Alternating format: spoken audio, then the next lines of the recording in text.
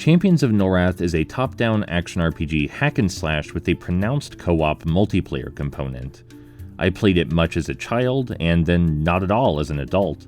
So when my sibling visited in April, I decided that they, and my roommate, and I, should give it another spin.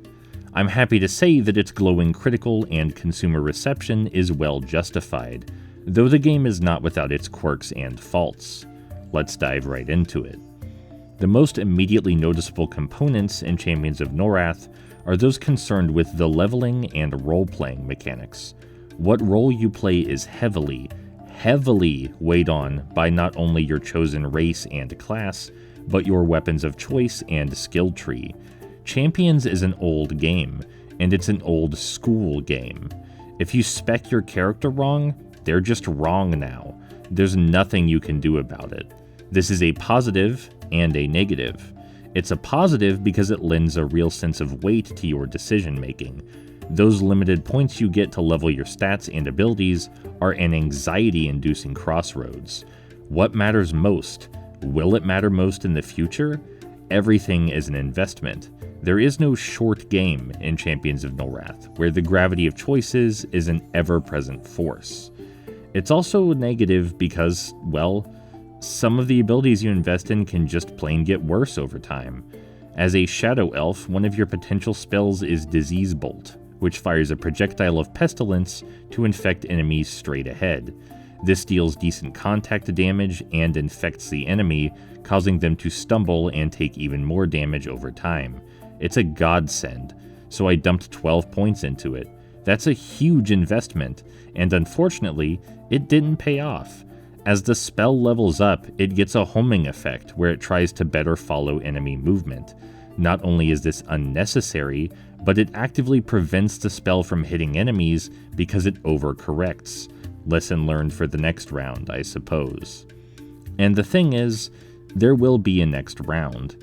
Unlike many other games which try to encourage replayability, I find Champions provide so many genuine reasons to carry forward, re-rolling multiple times to try new configurations, or simply bringing an old character into new difficulties. Since you can import characters across saves, it's also possible to have characters swap weaponry and armor to make the grind easier.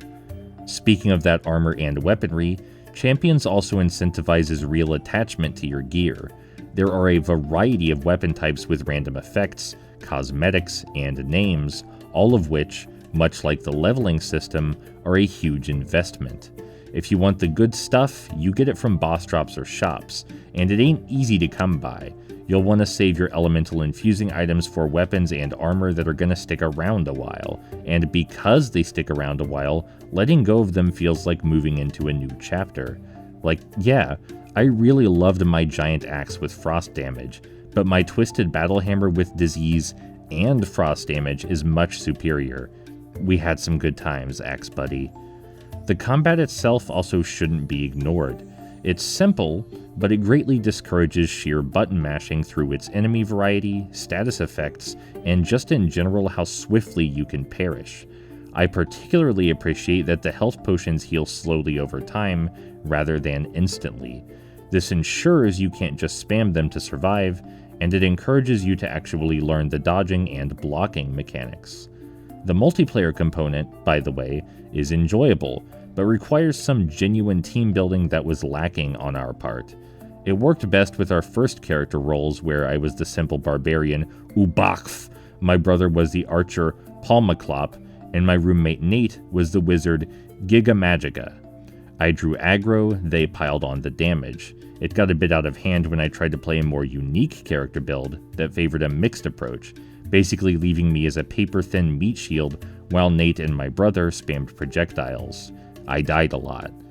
By the end game, we were not a well-oiled machine, but at least a functional force of murder. That said, my brother's bow and crit rate focused build was so fantastic that he could have soloed the game with ease, even on multiplayer difficulty. There's a primal desire, though, deep inside me, to see what happens if I go completely in on strength and carrying capacity to become the absolute monster of looting and blade-slinging slaughter I always should have been.